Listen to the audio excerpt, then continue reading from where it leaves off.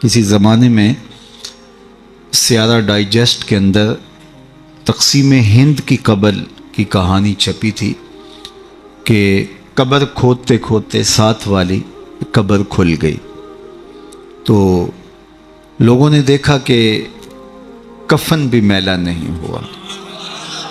شوق اور جستجو کی چنگاریاں مزید روشن ہوئیں اور ایک اینٹ گری تھی تو دوسری اینٹ خود نکال دی، تو دیکھا کہ اندر تازہ گلاب کھلے ہوئے ہیں۔ خیر قبر کو بند کیا اور جستجو پیدا ہوئی کہ ہم دیکھیں یہ شخص تھا کون اور اس کی نیکی معلوم کریں تاکہ ہم بھی اس صالحیت کے ماحول میں اپنے آپ کو ڈھال کر کے یہ سعادت پا سکیں۔ تو خیر تلاش کرتے ہوئے اس کی بیوہ مل گئی جو بہت بوڑھی ہو چکی تھی، تو لوگ اس کے پاس گئے کہ تیرے شوہر کی قبر یوں کھل گئی اور ہم نے یہ منظر دیکھا، تو تم بتا سکتی ہو کہ وہ کون سا نیک عمل کرتا تھا؟ تو اس نے ذہن پہ زور دیا، کہا میرا شوہر ایک سادہ سا شخص تھا اور پڑھا لکھا بھی نہیں تھا، لیکن ہاں مجھے یاد آیا اس کا ایک عمل تھا، جب صبح کے وقت وہ مسجد میں جاتا نماز کے لیے تو لوگ قرآن کھول کے بیٹھ جاتے۔ ایک زمانہ تھا لوگ فجر کے بعد قرآن مجید کی تلاوت کیا کرتے تھے، اور گھروں میں بھی صبح کے وقت قرآن ضرور کھلتا تھا۔ اللہ وہ دور دوبارہ پلٹ کے لے آئے ہمارے لیے، اور نوجوانان امت قرآن کا چہرہ دیکھیں فیس بک کی بجائے۔ تو وہ ایک زمانہ تھا، تو جب سارے لوگ قرآن کھول کے بیٹھ جاتے تو اسے بڑی تکلیف ہوتی ہے کہ کاش میں بھی قرآن پڑھا ہوتا، تو یہ بوجھل قدموں سے گھر پلٹتا اور طاق پہ رکھے ہوئے قرآن مجید کے نسخے کو اتارتا، کھولتا، چومتا، پڑھنا تو آتا نہیں تھا، تو ایک ایک سطر پہ انگلی پھیرتا اور کہتا مالک مجھے پتہ نہیں کیا لکھا ہے، جو لکھا ہے حق لکھا ہے۔ پھر دوسری سطر پہ انگلی رکھتا اور کہتا مالک یہ بھی سچ لکھا ہے۔ پھر تیسری سطر پہ انگلی لے آتا، کہتا مالک یہ بھی سچ لکھا ہے۔ تو اس طرح انگلی پھیرتا چلا جاتا اور یہ کہتا چلا جاتا مالک یہ بھی سچ ہے، یہ بھی سچ ہے، یہ بھی سچ ہے، یہ بھی سچ ہے۔ تو شاید اس کی قبر میں جو چراغاں ہوا ہے، اس کی قبر میں خوشبو پھیلی ہے، گلابوں کا موسم تم نے دیکھا ہے، تو قرآن سے محبت کی اس کے سبب ہوا ہے۔ یار جو قرآن مجید کو پڑھنا بھی نہ جانتا ہو، اس کی زیارت کر کے اس اذعان اور یقین کے ساتھ انگلی رکھ کے کہے کہ یہ اللہ کا سچا کلام ہے، تو اس کی قبر میں خوشبوئیں پھیل جاتی ہیں، اور جس نے ساری زندگی قرآن کی خدمت کی ہو اللہ اس کو کتنی رحمتوں سے نوازے گا اور کتنی کرم نوازیاں اللہ اس کا مقسوم کرے گا۔ ابھی حضرت کی عمر کے حوالے سے بات ہو رہی تھی، تو مجھے امام ابو نعیم الاصفہانی سے ایک روایت جو انہوں نے حلیہ میں بیان کی کہ جو شخص 70 سال کی عمر میں انتقال کرتا ہے اللہ اس کے بڑھاپے کا حیا کرتے بغیر حساب کے جنت عطا کرتا ہے، اور جو 80 سال کی عمر میں انتقال کرتا ہے اللہ اسے حق شفاعت بھی عطا کرتا ہے، اپنے خاندان کے کتنے لوگوں کی سفارش کر کے انہیں جنت میں لے جائے گا۔ اس لیے ہمارے دین میں بوڑھوں کی عمر کی کثرت کی وجہ سے تکریم کرنے کی تلقین کی گئی ہے، اور ہمارے صوفیہ فرماتے ہیں کہ بڑے کی تعظیم اس لیے کرو کہ اس کی نیکیاں زیادہ ہیں، اور چھوٹے کو اس نظر سے دیکھو کہ اس کے گناہ کم ہیں۔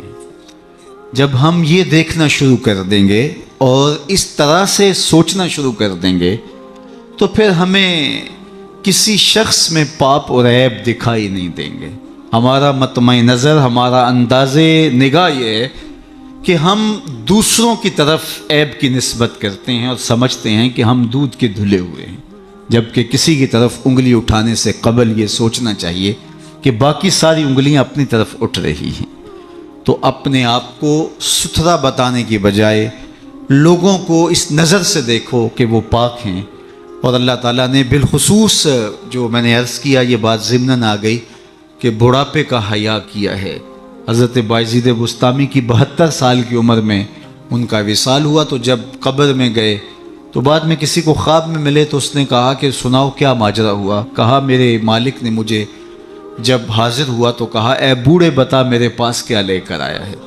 تو میں نے کہا مالک بادشاہوں کی چوکھٹ پہ جب فقیر آئیں تو شہنشاہ یہ تو نہیں پوچھا کرتے کیا لے کر آئے ہو، فقیروں کو تو یہی پوچھا جاتا ہے کیا لینے آئے ہو، میں تیری رحمت کا سوالی بن کے آیا ہوں۔ اللہ نے بغیر حساب کے میری مغفرت فرما، میری بخشش فرما دی۔ اور جنہوں نے اپنی زندگیاں راہ دین پہ گزاری ہوں، حضرت سیدنا عمر رضی اللہ تعالیٰ عنہ فرماتے ہیں کہ آقا کریم علیہ السلام نے ارشاد فرمایا کہ جس شخص کے مرنے کے بعد 4 لوگوں نے اس کی اچھائی کی گواہی دے دی وہ جنتی ہے۔ 4 لوگوں نے کہا یہ بہت اچھا شخص تھا۔ تو حضرت عمر کہتے ہیں میں نے عرض کی یا رسول اللہ صلی اللہ علیہ وسلم اگر کسی کے پاس 4 گواہ نہ ہوں 3 گواہ ہوں تو آقا کریم نے فرمایا وہ بھی جنتی ہے۔ حضرت عمر فرماتے ہیں کہ میں نے عرض کی یا رسول اللہ صلی اللہ علیہ وسلم اگر کسی کے پاس 3 گواہ بھی نہ ہو 2 گواہ ہوں تو آقا کریم نے اس کے لیے بھی یہی بشارت دی۔ حضرت عمر فرمایا کرتے تھے ایک کے بارے میں نے پوچھا نہیں حضور نے بتایا نہیں، تو جس کو 2 گواہ بھی مل گئے اچھائی کے کہ وہ صالح تھا وہ نیک تھا تو اس کے لیے جنت کے در کشادہ ہیں، اور جس کی نیکی کی، جس کے تقوی کی، جس کی خدمت قرآن کی زمانہ گواہی دے تو بتاؤ اللہ کتنی ناز برداریاں کرے گا۔ جانا تو سب نہیں ہے، یہاں کسی نے بیٹھ نہیں رہنا، 100 سال بھی جئیں گے تو یہاں سے رخصت ہونا پڑے گا۔ کج کلاہوں نے بھی شہنشاہوں نے بھی یہاں سے رخصت ہونا ہے، جن کا طوطی بولتا ہے، جن کے نقارے بجتے ہیں وہ بھی یہاں نہیں بیٹھ رہیں گے۔ موت ہے ہنگامہ آرا کلزم خاموش میں، ڈوب جاتے ہیں سفینے موج کی آغوش میں۔ یہاں بڑے بڑے پہلوان، بڑے بڑے کج کلا اور شہنشاہ باقی نہ رہے۔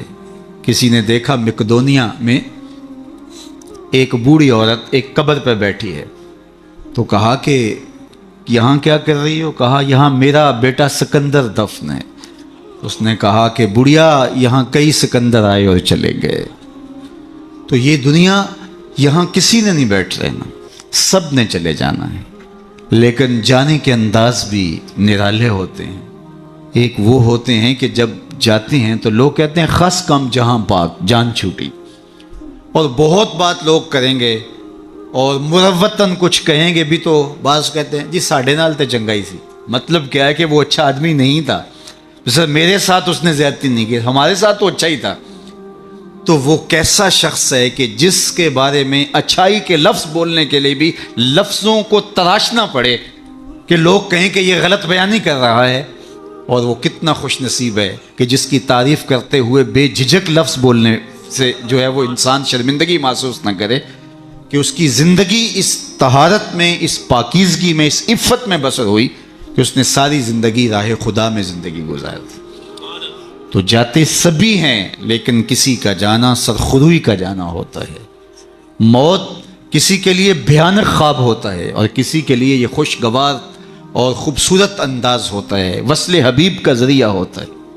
حضرت بلال حبشی رضی اللہ تعالی عنہ کا جب وقت آخر آتا ہے تو آپ کی زوجہ آپ کے سرہانے بیٹھی تھی، جو ہی سانس ٹوٹنے لگی تو اس نے کہا واہ حسرتا ہو، ہائے افسوس میرا شوہر مجھ سے جدا ہو رہا ہے۔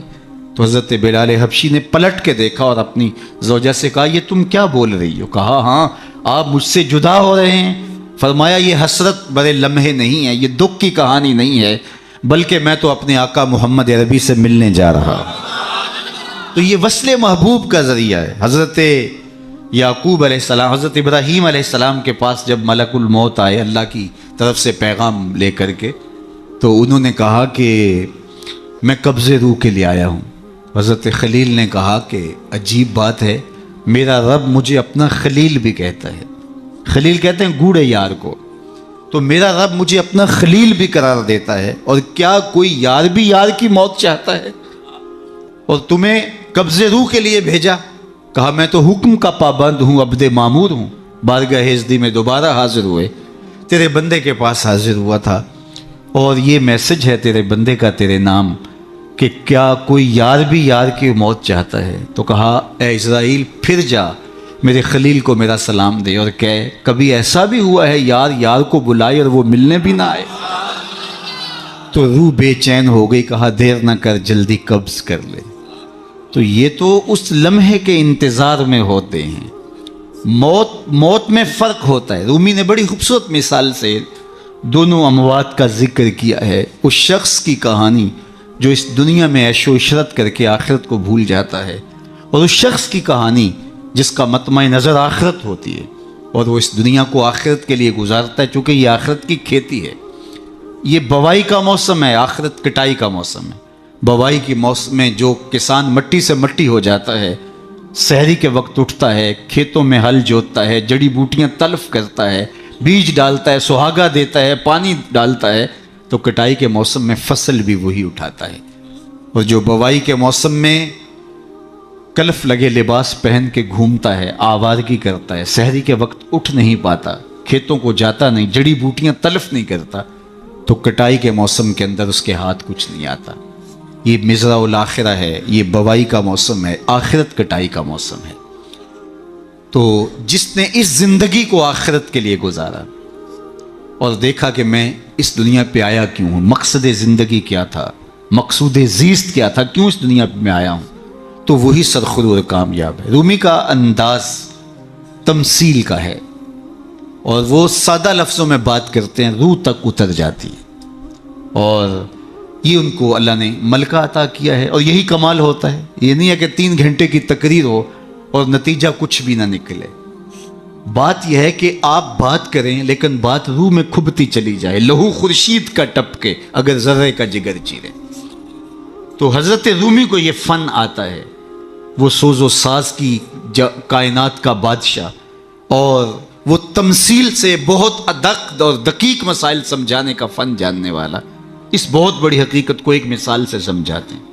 کہتے ہیں دیار مصر میں کوئی علاقہ تھا اور جہاں کا سیاسی نظم یہ تھا کہ وہ سال کی آخری تاریخ کو اپنے بادشاہ کو کسی جنگل میں پھینک دیتے اور پہلی تاریخ کو ساحل پہ آ جاتے. سب سے پہلے ان کے ساحل پہ جو شخص آتا اس کو اپنا بادشاہ مان لیتے.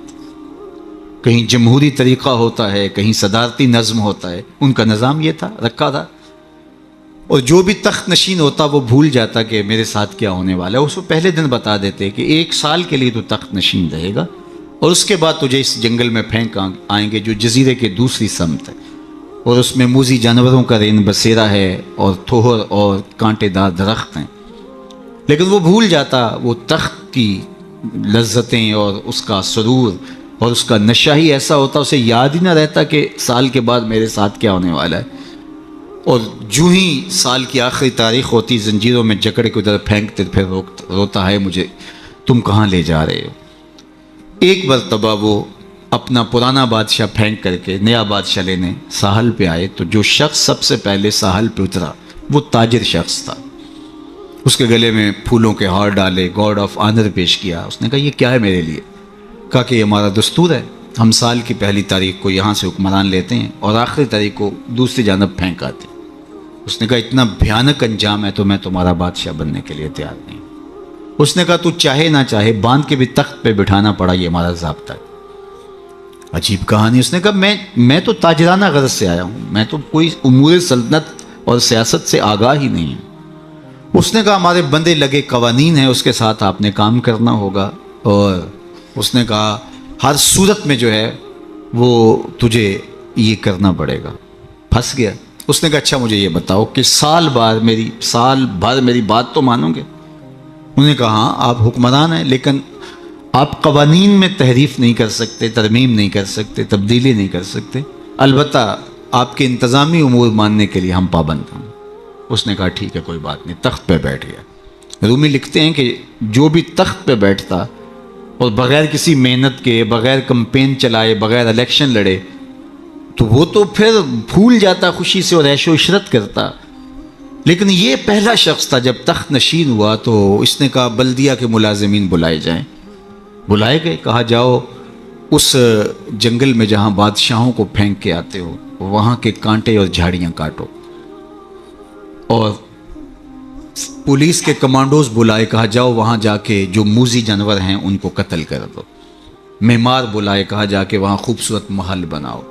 مالی بلائے. وہاں جا کے باغ لگاؤ، پھل لگاؤ، پھولدار، سایہ دار، ثمردار درخت لگاؤ. حکومتی مشینری، پوری حکومتی مشینری، اس باغ کے کانٹے دار درخت کٹوانے، وہاں کے موذی جانور قتل کروانے، اور وہاں کنویں کھدوانے، محل بنوانے اور پھلدار پھولدار سایہ دار درخت لگانے میں صرف کر دی۔ جب سال کی آخری تاریخ ہوئی تو وہ جنگل جہاں بادشاہوں کو پھینکا کرتے تھے وہ جنگل نہیں رہا تھا، وہ ایک باغ بن چکا تھا۔ اور یہ زنجیریں لے کر آئے تو اس نے کہا مجھے زنجیریں نہ پہناؤ، میں خود چل کے جانے کے لیے تیار۔ اس لیے اس تخت پر بیٹھ کر کے وہ اپنے لشکر بھیج کے وہاں کے کانٹے، وہاں کے تھوہر، وہاں کے موذی جانور، وہاں کے خطرناک جانور جن کا وہاں رین بسیرا تھا ان کو کاٹتا رہا، قتل کرواتا رہا۔ تو اس نے کہا کہ میں خود چل کے جانے کے لیے تیار ہوں۔ رومی کہتے ہیں جو کافر ہے وہ دنیا کے تخت پہ، جو فاسق اور بدکار ہے وہ دنیا کے تخت پہ موج کرتا ہے، اور جب وقت آخر آتا ہے تو اس کو جب زنجیروں میں جکڑ کے لے جانا چاہتے ہیں فرشتے تو وہ کہتا ہائے مجھے کدھر لے جا رہے ہو۔ اور بندہ مومن، بندہ صالح اس دنیا کے تخت پہ آرام سے نہیں بیٹھتا، یہاں بیٹھ کے اپنے اعمال کے لشکر بھیج بھیج کے قبر کے کیڑے مکوڑے ختم کرواتا رہتا ہے، وہاں باغ لگواتا رہتا ہے، اور پھر جب وہ اس دنیا سے رخصت ہوتا ہے تو وہ کیڑے مکوڑوں کا گھر نہیں رہتا بلکہ روضۃ من ریاض الجنہ بن چکی ہوتی۔ اور وہ کہتا ہے دیر نہ کرو مجھے جلدی لے جاؤ، میں خود چل کے جانے کے لیے تیار ہوں۔ ربعی بن حراش ساری زندگی ہنسے نہیں، فرماتے تھے کیا خبر میرا انجام کیا ہوگا۔ جب تک یہ یقین نہ ہو کہ میرا انجام کیا، اتنی دیر تک دھڑکا لگا رہے، ڈر لگا رہے۔ یہ مسلمان کی زندگی ہے، مومن کی زندگی ہے۔ ابھی ملیکہ فرماتے ہیں کہ میں 30 اصحاب رسول سے ملا ہوں، بخاری کتاب الایمان اٹھائیے، 30 اصحاب رسول سے ملا ہوں، اور ہر ایک اپنی آخرت کے بارے میں سخت فکر مند تھا۔ ہم تو 4 نمازیں پڑھ لیں تو ہم سمجھتے ہیں کہ ہمارے جیسا زمانے میں کوئی نہیں، اور بے نمازیوں کو حقیر جاننے لگ جاتے ہیں۔ 30 اصحاب سے ملاقات ہوئی ہے اور یہ ڈرتے رہتے تھے کہ میرا انجام، رنگا رنگ سہیلیاں پرن کڑے پر پریا اس نہ جانیے جس دا توڑ چے۔ انما الاعمال بالخواتیم، اعمال کا دار و مدار حسن خاتمہ پہ ہے، جس کا اخیر ٹھیک ہو گیا۔ ورنہ کتنے لوگ ہیں کہ زندگی ساری اچھی، انجام بخیر نہیں ہو۔ ہمارے سامنے بلعام بن باورا کی مثال موجود، بنی اسرائیل کا مستجاب الدعوات ولی تھا، ہاتھ پھیلا کے دعا مانگتا تو ہاتھ منہ پہ بعد میں پھیرتا، قبولیت پہلے ہو جاتی۔ لیکن پھر اسی کے بارے میں قرآن نے کہا نا مثلہ کمثل الکلب، اس کی مثال کتے کی مثال، زبان لٹک گئی، زمین چاٹتا تھا، نبی کے خلاف ہاتھ اٹھا دیے، سمجھا میں مقبول بارگاہ ہو گیا۔ اللہ اکبر، انجام ٹھیک نہیں ہوا۔ اس لیے میاں صاحب بولے پڑھنے اتے مان کرینا تے نہ آکھی میں پڑھیا، او جبار کہار صداوے متا روڑ دے وے دودھ کڑیا۔ جب تک انجام بخیر نہ ہو۔ بایزید بستامی سے ایک بڑھیا نے کہا تھا کہ میرے گدھے کی 2 مچھی ہے یا آپ کی داڑھی اچھی ہے؟ کہا فی الحال نہیں بتا سکتا، یہ تو مرنے کے بعد ہی بتا سکتا ہوں۔ تو جب تک انجام بخیر نہ ہو اللہ سے دعا مانگے کہ اللہ خاتمہ ایمان پہ کرے۔ ساری زندگی دین کی راہوں کے مسافر رہیں، اور جب سانس ٹوٹ رہی ہو محمد عربی کا کلمہ زبان پہ جاری، آخری قول کلمہ طیبہ کا ہو ہمارے لبوں کے اوپر۔ ربی بن حراش ساری زندگی مسکرائے نہیں، فرماتے تھے کیا خبر انجام کیا ہوگا۔ اللہ اکبر۔ خیر وقت آخر تو آنا ہی تھا، تو جب آخری وقت آیا تو ان کے بھائی ربی بن حراش نے کہا جاؤ، غسال کو بلا کے کہا میرے بھائی کو غسل دو۔ تو وہ غسل دینے داخل ہوا تو فوراً باہر آ گیا۔ اتنی جلدی؟ کہا یار تیرا بھائی بڑا عجیب ہے۔ کہا ہوا کیا؟ کہا نحنو نغتسلہ وہو یتبسم، ہم اسے غسل دیتے ہیں اور یہ آگے سے مسکرا رہا۔ اقبال نے کہا تھا نا نشان مرد مومن باتو گوئم، چوں مرگ آئے تبسم بر لب اوست۔ آ تجھے اللہ کے بندے کی نشانی بتاؤں، جب موت آتی ہے تو اس کی پیشانی پہ ندامت کا پسینہ نہیں ہوتا، اس کے لبوں پہ کامیابی کی مسکراہٹ پھیل جاتی۔ کہا یا تیرا بھائی بڑا عجیب ہے، نحنو نغتسلہ وہو یتبسم، ہم اسے غسل دیتے ہیں وہ آگے سے مسکراتا ہے۔ کہا میرے بھائی نے قسم کی تھی جب تک اچھا انجام نہیں دیکھوں گا نہیں مسکراؤں گا۔ پورے شہر میں شور مچ گیا، ایک بندہ مرنے کے بعد مسکرایا ہے۔ بعض لوگ تو بہت خوش ہوئے، بعض نے کہا یہ گھڑی ہوئی کہانیاں ہیں، یہ مریدین کا اعتقاد ہے، ان کا حسن اعتقاد ہے، کیسے ہو سکتا ہے مرنے کے بعد مسکرائے۔ ایک بہت بڑا ہجوم جمع ہو گیا حضرت کی زیارت کے لیے، بعض لوگ تیکھے سوال لیے، بعض محض تماشائی، بعض سیدھا سیدھا انکار کر رہے ہیں، پورا بصرہ امڈ آیا۔ اتنے میں انہیں غسل دے کے چارپائی پہ ڈال کے کفن بھی ڈال دیا گیا تھا۔ جب لوگ گھر میں داخل ہوئے تو قبل اس سے کہ وہ سوال کرتے، امام ابو نعیم نے حلیہ میں لکھا، قاضی ایاز مالکی اندلسی نے الشفاء کے اندر لکھا، اور اس کو امام سہیلی نے روض الانف میں لکھا، اور بھی بہت سارے لوگوں نے لکھا۔ جب لوگ داخل ہوئے اور تیکھے تیکھے سوال تھے کہ یہ پوچھیں گے، یہ بات کریں گے، کیسے مسکرائے، سچ ہے، غلط ہے، جھوٹ ہے، اور یہ چارپائی پہ ڈالے جا چکے تھے، کفن اڑا دیا گیا تھا۔ جب لوگ داخل ہوئے تو انہوں نے کفن ہٹایا، ہاتھ باہر نکالا اور لوگوں سے مخاطبت کرتے ہوئے کہا السلام علیکم۔ لوگ حیرت میں ڈوب گئے، وعلیکم السلام اتتکلم بعد الموت، عجیب بات ہے، مرنے کے بعد باتیں کر رہے ہو؟ قال نعم اتکلم بعد الموت، ہاں ہاں مرنے کے بعد باتیں کر رہا ہوں۔ عرش فرش تے بانگا ملیاں تے مکے پہ گیا شور، بلے شاہ سا مرنا نہ ہی تے گور پیا کوئی ہور، فَلَنُحْيِيَنَّهُ حَيَاتًا طیبہ۔ اور اقبال کہتا ہے فطرت ہستی شہید آرزو رہتی نہ ہو، خوب تر پیکر کی اس کو جستجو رہتی نہ ہو، موت کو سمجھا ہے غافل اختتام زندگی، یہ ہے شام زندگی صبح دوام زندگی۔ فَلَنُحْيِيَنَّهُ حَيَاتًا طیبہ کا روپ ظاہر ہوا، ہاں ہاں مرنے کے بعد باتیں کر رہا ہوں۔ لوگوں نے کہا بتا تیرے رب نے تیرے ساتھ سلوک کیا کیا؟ تو ربی بن ہرا جو فوت ہو گئے وہ بول کے کہہ رہے استقبلنی ربی غیر غضبان واستقبلنی بروح و ریحان، اس کے قدرت والے چہرے پہ کوئی غصہ نہیں تھا، اس نے روح و ریحان کے پھول میرے گلے میں ڈالے۔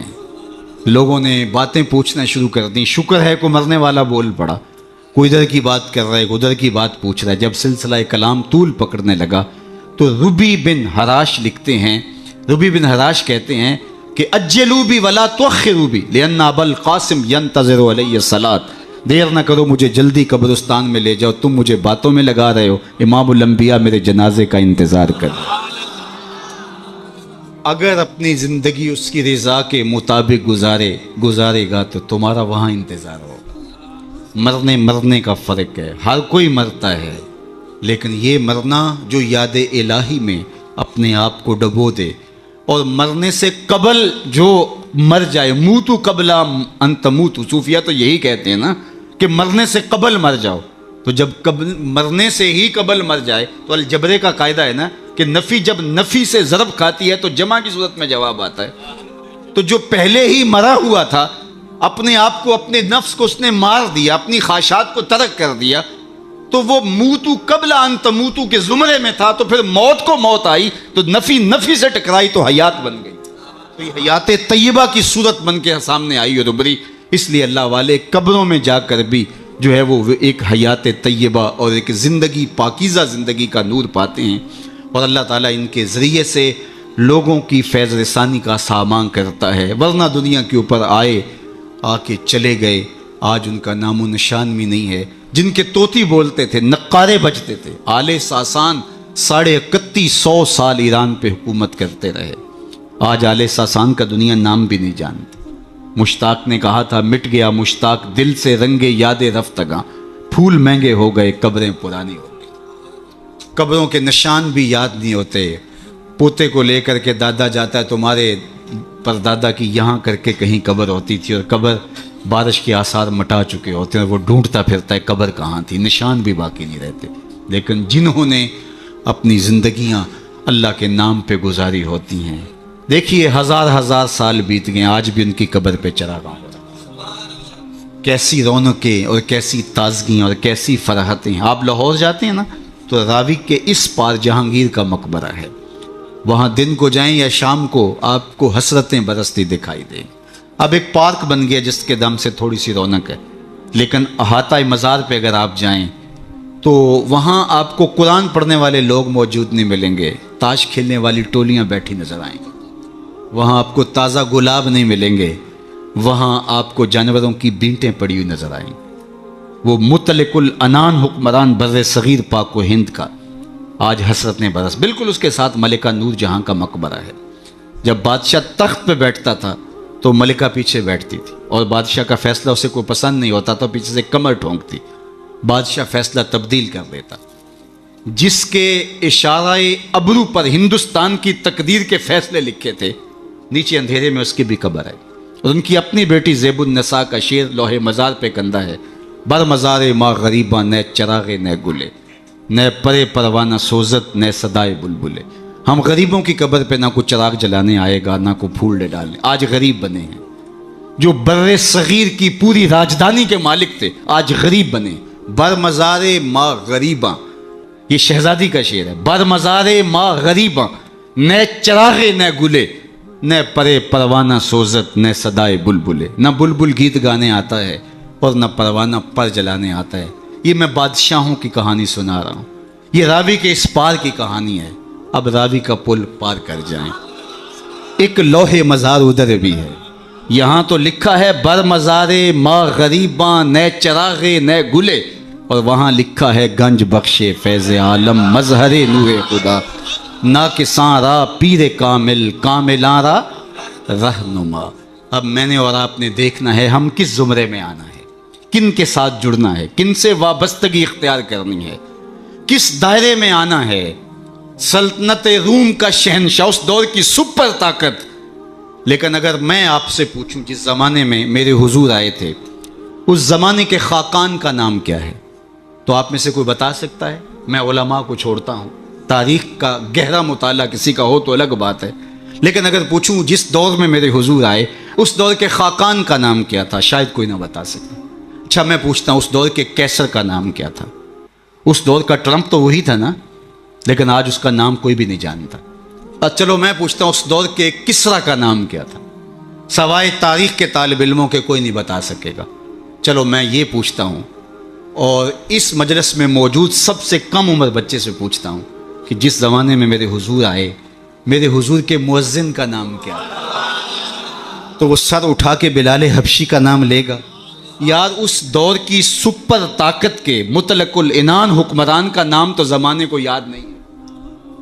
کیسر کا نام، کسرا کا نام، خاقان کا نام زمانے کو یاد نہیں ہے، لیکن بلال حبشی کا نام آج بھی سینوں پہ لکھا ہے. تو اقبال تڑپ کے بولا، اقبال یہ کس کے عشق کا فیض عام ہے؟ رومی فنا ہوا حبشی کو دوا.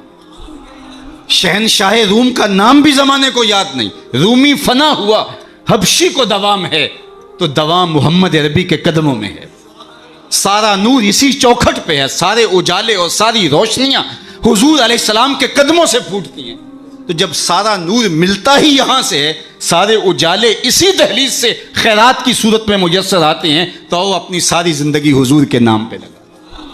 اقبال کے سارے کلام کا رس نچوڑیں تو جو خلاصہ نکلتا ہے وہ یہ ہے: بمصطفیٰ برساں خیش را کے دی ہماؤست، اگر بہو نہ رسیدی تمام بولا بیز. اگر اپنے آپ کو کھینچ کے تو حضور کے قدموں تک لے گیا تو زندگی کا سارا جمال تجھے نصیب ہے. اور اگر تو حضور کے قدموں تک نہیں پہنچ سکا تو کلمہ پڑھ کے بھی ابو لہب کا ابو لہب ہی رہے. آئیے میں اور آپ اپنے آپ کو کھینچ کے حضور کی چوکھٹ پہ لے آئیں، حضور کی دہلیز پہ لے آئیں.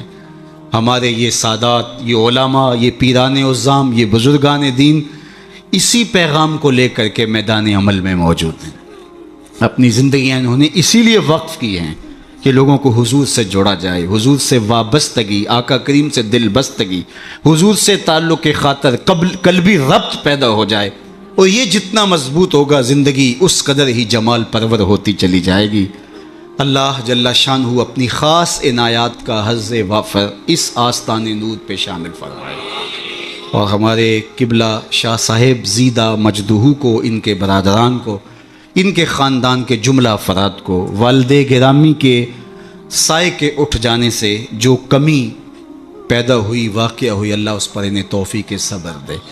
ویسے تو والدین کی روحانیت ہمیشہ اولاد کے سر پہ رہتی ہے، اور ان کی برکتیں ہمیشہ اولاد کو نصیب ہوتی ہیں. اور اولاد اگر صالح ہو تو ماں باپ کو ان کی برکتیں جو ہے وہ نصیب ہوتی ہیں.